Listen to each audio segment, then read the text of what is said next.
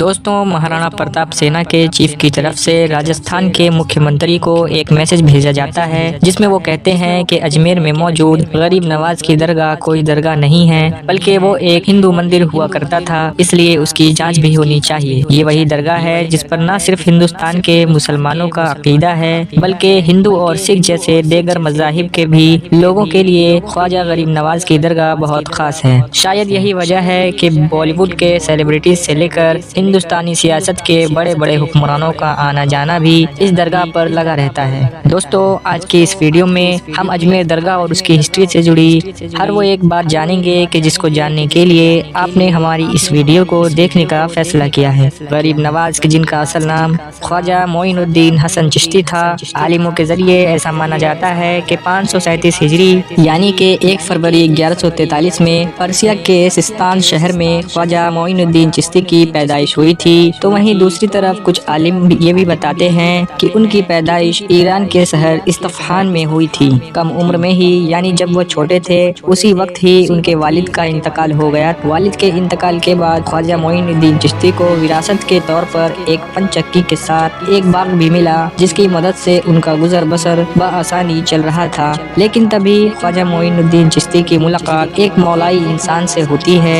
इस मुलाकात के बाद उनका नजरिया पूरी तरह बदल जाता है और शायद उनको उनकी जिंदगी का असल मकसद भी पता चल जाता है। विरासत में मिली पंचक्की और बाग को बेचकर पैसा गरीबों में बांट देते हैं और खुद इल्म हासिल करने के लिए यानी अल्लाह के रास्ते पर निकल पड़ते हैं। इल्म हासिल करने के लिए ख्वाजा ने अलग अलग इलाकों में बल्कि कई मुल्कों में सफर किया। इसी सफर के दौरान 54 साल की उम्र में साल 1192 में ख्वाजा मोइनुद्दीन चिश्ती शहाबुद्दीन गौरी के फौज के साथ पहली बार हिंदुस्तान की सरजमी पर कदम रखते हैं। यहाँ राजस्थान के इलाके अजमेर में ख्वाजा पहुँचते हैं, जहाँ पर पृथ्वीराज चौहान की हुकूमत हुआ करती थी। अजमेर में मौजूद अन्ना सागर के करीब एक पहाड़ी की गुफा को ख्वाजा अपना बसेरा बनाते हैं। ये वही अन्ना सागर था जिसके पूरे पानी को ख्वाजा मोइनुद्दीन चिश्ती ने अपने छोटे से कटोरे में कैद कर लिया था। दरअसल दोस्तों, अन्ना सागर हिंदू लोगों के लिए बहुत मखसूस हुआ करता था। इसके पानी का इस्तेमाल भी अजमेर के लोगों के जरिए किया जाता था।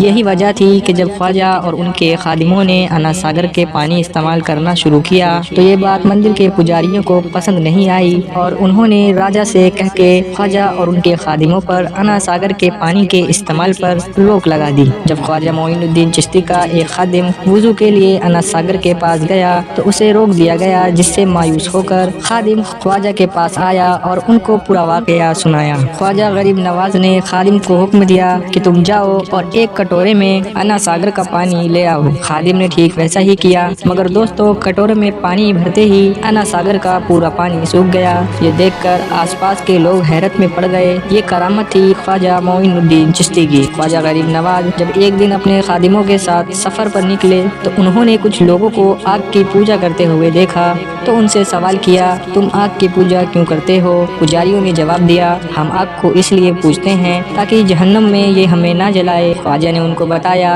कि अल्लाह की इबादत के अलावा कोई भी चीज़ हमें जहन्नम की आग से नहीं बचा सकती है, लिहाजा तुम लोग आग की पूजा करना छोड़ दो और अल्लाह की इबादत में लग जाओ। मगर दोस्तों, उन लोगों ने ख्वाजा गरीब नवाज की बात को मानना तो दूर बल्कि ख्वाजा को ही कशमकश में डाल दिया और उनको अपने हाथों में आग के शोलों को उठाने के लिए कह दिया। इस बात को सुनते ही ख्वाजा मोइनुद्दीन चिश्ती को हंसी आ गई। हंसते हुए उन्होंने कहा, अल्लाह के हुक्म से आग मुझे तो क्या मेरी जूती को भी न जला सकेगी। और ठीक वैसा ही हुआ। जब ख्वाजा ने अपनी जूतियों को आग में डालकर वापस निकाला तो वह जूतियां ज्यों की त्यों ही थी, यानी कि दोस्तों जूतियों पर आग का कोई भी असर नहीं हुआ था। ख्वाजा गरीब नवाज यानी कि ख्वाजा मोइनुद्दीन हसन चिश्ती के जरिए ऐसे ढेरों करामातें की गई थी जिनसे मुतासिर होकर हजारों काफिरों ने इस्लाम को अपनाया और न सिर्फ इस्लाम को अपनाया बल्कि ख्वाजा गरीब नवाज के मुरीद भी बन गए। ख्वाजा गरीब नवाज इस्लाम फैलाने के लिए चिश्ती सिलसिले का इस्तेमाल करते थे, या ये कह सकते हैं कि हिंदुस्तान में ख्वाजा मोइनुद्दीन चिश्ती ने ही चिश्ती सिलसिले को कायम किया। दोस्तों,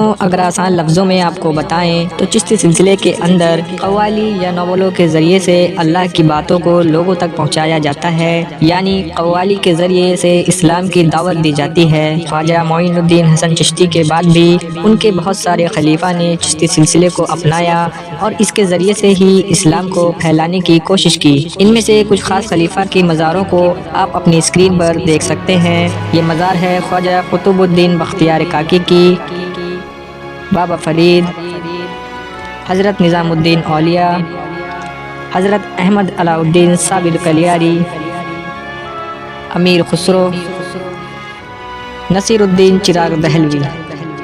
دوستوں، جب خواجہ معین الدین چشتی کو یہ پتہ چلا کہ اب ان کے پاس وقت کم ہے، یعنی اللہ کا بلاوا آنے والا ہے، تو انہوں نے اپنے خلیفہ خواجہ قطب الدین بختیار کاکی کو خط لکھا اور اجمیر آنے کی دعوت دی، جہاں پر انہوں نے اپنی کچھ چیزیں خواجہ قطب الدین بختیار کاکی کو سونپ دی اور اپنے اس کام کو آگے بڑھانے کی صلاح دی۔ دوستوں، ایسا کہا جاتا ہے کہ ایک رات خواجہ غریب نواز اپنے کمرے میں قرآن کی تلاوت کر رہے تھے۔ پوری رات قرآن کی تلاوت کی آواز آتی رہی۔ صبح جب آواز نہ آئی تو لوگوں نے اندر جا کر دیکھا، یعنی کہ ان کے خادموں نے اندر جا کر دیکھا خواجہ معین الدین حسن چشتی اب ان کے بیچ میں نہیں رہے، یعنی کہ ان کا انتقال ہو چکا تھا۔ یہ جو خواجہ غریب نواز کی مزار آپ اپنی اسکرین پر دیکھ رہے ہیں، یہ آج سے تقریباً 832 سال پہلے یعنی 1192 میں مغل بادشاہ ہمایوں کے ذریعے بنوائی گئی تھی۔ مگر دوستوں، اس سے کچھ فرق نہیں پڑتا ہے کہ خواجہ کی مزار کتنی پرانی ہے، بلکہ وقت کے ساتھ ساتھ خواجہ غریب نواز کے مرید دن بدن بڑھتے ہی جا رہے ہیں، اور آج ہندوستان میں صرف مسلمان ہی نہیں بلکہ دیگر مذاہب کے لوگ بھی خواجہ کو اتنا ہی مانتے ہیں جتنا کہ ایک مسلمان مانتا ہے۔ دوستوں، آج کی اس ویڈیو کو یہیں پر ختم کرتے ہیں اور آپ سے ملتے ہیں ایک نئے ٹاپک کے ساتھ اگلے ویڈیو میں۔ ابھی کے لیے دیجیے اجازت، اللہ حافظ۔